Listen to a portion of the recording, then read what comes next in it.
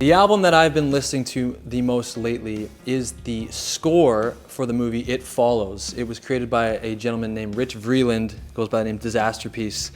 It is an absolute work of art, a synth masterpiece, if you will. When I was growing up, it was impossible to find accurate guitar tabs for any of my favorite guitar players. Stevie Ray Vaughan, Jeff Beck, Yngwie, Eddie Van Halen. Well, I don't know if She Happens will ever do work with them, but I think having a transcription for either the first Yngwie record or Jeff Beck live at Ronnie Scott's, Van Halen 2, I tried learning a lot of that stuff when I was younger by ear, but I don't even know if Eddie knew what he was doing, so I certainly didn't know what was going on. Music was such an interesting thing for me growing up. My first sort of introduction to guitar playing, lead guitar playing and solos and just guitar as like a featured thing was Led Zeppelin. I mean, being very young, and my dad would always listen to it. But I heard a real human being in my neighborhood play guitar when I was 13 years old. I had a neighbor.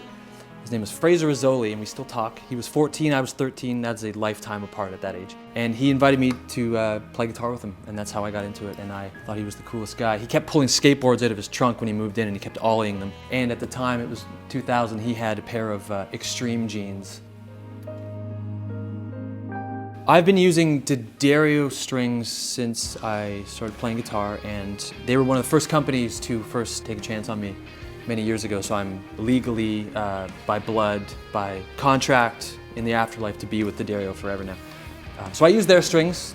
Right now I'm either using a balanced tension or an NYXL, just a standard.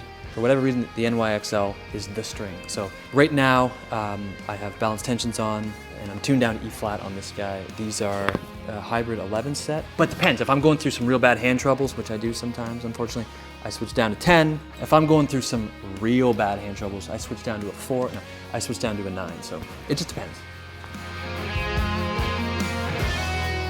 For some reason, physical health, performance health, being up to sort of the standard you should be at, is never really talked about. I find most musicians I meet, especially as I get a little bit older, we're all dealing with some problems, but I never hear anyone talking about it. I used to play a lot more guitar, quite a bit more guitar when I was younger, play heavier strings, and I used to do more guest solos. And at one point, I completely destroyed my arm to where I had crippling tendonitis, and I had to spend a month with my arm basically elevated. And it happens. I went to a performance arts doctor, and he told me, most of the people he works on at award shows and at the Grammys, these bigger artists, he says you'd be surprised who's playing injured. So if you're at a point where you're like, I need to, switch strings or go down a gauge, guitar players have this kind of pride about that, but for the love of God, if it gets another 20 years out of your hand, switch down. This is my signature model with Schecter. This is the USA version, and I believe this is year 7 now, which is really interesting. So this is the 7th iteration. The cool thing about this guitar is it's the first time I've done one with a flame top, sort of this beautiful, almost like 3D effect happening with the flame, and a new bridge pickup I designed with Schecter. I get asked a lot about what the woods are and why did I pick these very attractive woods. So it's an ebony fingerboard and a wenge neck. And the truth is, and I'm going to tell you the truth, and I see some people talking about this, I'm going to put my foot down here and say I didn't pick this because of the tone, I picked it because it looks cool. So the last, I guess, 8 or not, almost 10 years, I have been doing guitar clinics for Schecter, and it's kind of weird how that all happened. I sort of stumbled into the job. The artist at Schecter that was doing all the guitar clinics before me was Jeff Loomis, and he just, had started doing something else, working with different brands and bands and stuff. So I showed up and I got to kind of do what he did. And because of that, I've been all over the world and playing guitar, and it's really cool. And I get asked sometimes, where's my favorite place to do it? I don't know why, but for some reason, the 2 or 3 times I've done a guitar clinic in Seoul, Korea, I've never experienced something so almost like dreamlike. Everything just is flawless perfection, the attention to detail, the wonderful people, and surprisingly, the coffee. It's just so good.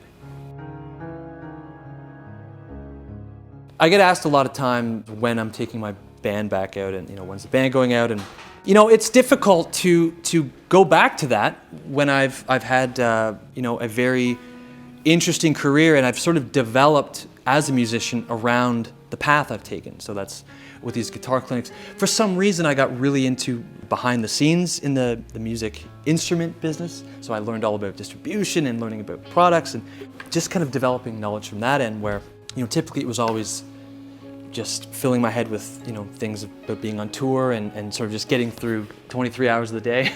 If I was gonna go back out and tour again, I would like to do something a little bit more, maybe in my own country, do something smaller in Canada, or Protest the Hero and myself, we were supposed to do a tour in Japan. I'd like to do that one day. I've tried to develop hobbies outside of music, but they don't seem to stick. I don't know if it's just because I've been almost institutionalized by the instrument that I have to kind of, check in every so often. Everything good? Should be practiced. I don't have any other hobbies. This is it. I wake up super early. Maybe you could say I have discipline with my schedule. I'm good at that. I get up usually at 5:30 in the morning and I'm playing, and then I go to bed at like 10:30 at night after playing. So I'm very just like all in for music. My wife and I, we're both in the arts and we're not gonna have kids, so I'm kind of looking at this as like, this is it. Every time I've tried to develop something or get into something or join this or that, I always fall back to this stupid thing. I'm a lifer, man. I don't know what to say.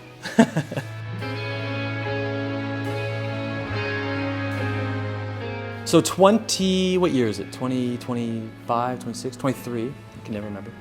A lot going on for me. I have a new record coming out sometime in the fall, maybe.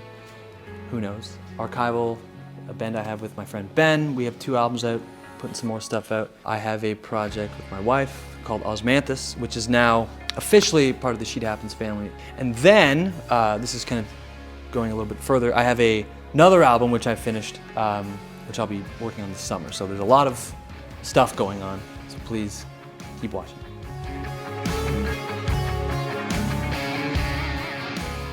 So I'm going to recommend something from the extremely wide and diverse catalog here at Sheet Happens. And this gentleman has been one of my close friends in music since, probably 2011. We've been talking about music and setting demos back and forth. David Maxim, his Below series, great guitar playing, amazing arrangements, amazing songwriter.